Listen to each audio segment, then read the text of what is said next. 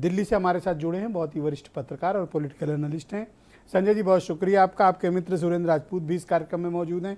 मैं आपसे ये जानना चाहता हूं सर कि राहुल गांधी के खिलाफ मनी लॉन्ड्रिंग का मामला चल रहा है, इस मामले को आप किस तरह से देखते हैं? क्या ये वाकई में क्रिमिनल केस है या फिर ये पॉलिटिकल स्टंट है? देखिए ब्रजेश जी, मैं अपनी बात बहुत साफ कहूँगा और बिना इस डर के कहूँगा कि मुझ पर कोई किसी दल से जुड़े होने का आरोप लगे। सबसे बड़ी बात है कि इस केस में ये जो मामले चल रहे हैं अलग अलग अदालतों में, गांधी परिवार को कोई बड़ी राहत नहीं मिली है, सिवाय इसके कि उनको बेल मिला है और व्यक्तिगत पेशी से कांग्रेस नेताओं को छूट दी गई है। पहली बात।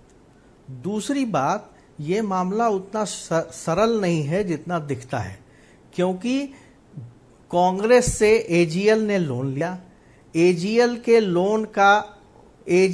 लोन का और फिर कांग्रेस ने यंग इंडिया को इस काम पर लगाया कि वो एजीएल से वसूली कर ले। और सबसे बड़ी बात यह है कि यंग इंडिया के पास पैसे नहीं थे। यंग इंडिया ने लोन लिया और 50 लाख के बदले में एवज में 90 करोड़ का लोन माफ कर दिया गया। अब जो पीपुल रिप्रेजेंटेशन एक्ट है, पॉलिटिकल पार्टी को इस बात की इजाजत नहीं देता कि वो किसी को पैसा लोन पर दे। तो सबसे पहला प्रश्न है कि कांग्रेस ने एजीएल को लोन क्यों दिया? क्योंकि एजीएल कांग्रेस की कोई संस्था नहीं है। एजीएल की स्थापना जरूर नेहरू जी ने की थी और 5000 वरिष्ठ कांग्रेसी उसके शेयर होल्डर थे, लेकिन वो कांग्रेस की संपत्ति कभी नहीं रही। तो पहली बात यह है कि उसका एक ऐसी संस्था जो कांग्रेस की नहीं थी, जिसने उसको कांग्रेस ने लोन क्यों दिया? क्योंकि पीपुल रिप्रेजेंटेशन एक्ट 1951 जो है वो इसकी इजाजत नहीं देता कि आप लोन दें किसी ऐसी संस्था को जो कॉमर्शियल एक्टिविटीज में है। सुब्रमण्यम स्वामी की पिटीशन में यही आरोप है। तो कांग्रेस ने एक तो लोन दिया, फिर 50 लाख के एवज में यंग इंडिया को सारा लोन वेव कर दिया।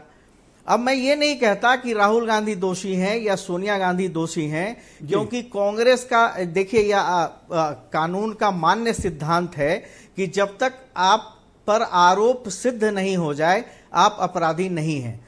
तो राहुल गांधी और सोनिया गांधी पर अभी कोई आरोप सिद्ध नहीं हुआ है, लेकिन इसके साथ यह भी बहुत महत्वपूर्ण तथ्य है कि किसी अदालत से उनको बड़ी छूट या बड़ा लाभ नहीं मिला है।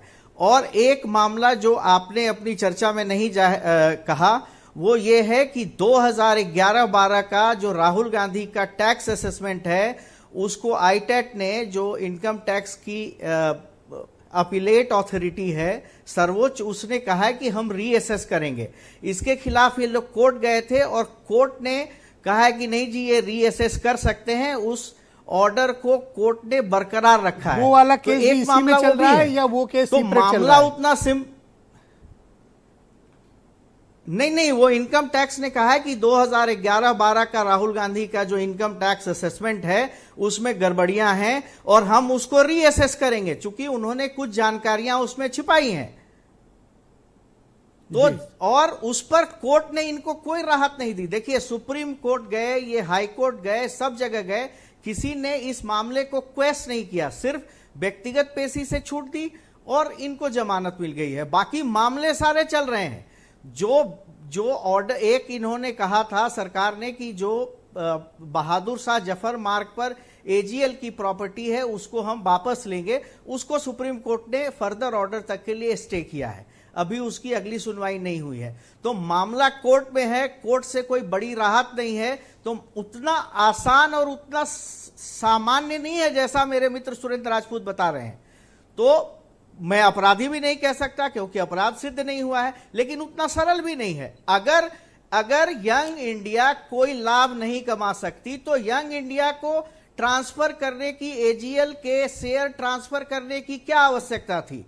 उन 1057 शेयर होल्डर्स का क्या हुआ जो 2010 में एजीएल ने फाइल किया था कि इसके 1057 शेयर होल्डर हैं, जिसमें एक कि सुप्रीम कोर्ट के एक सेवानिवृत्त जज भी हैं, देश के एक पूर्व कानून मंत्री भी हैं, क्योंकि उनके जो पिता थे, उन दोनों के पिता ने एजीएल में शेयर खरीदे थे, उनकी सहमति नहीं ली गई, कोई जनरल बॉडी मीटिंग नहीं बुलाई गई, कानून का पालन नहीं हुआ। तो ये सब क्या हो रहा था? सत्यनारायण कथा तो नहीं चल रही थी।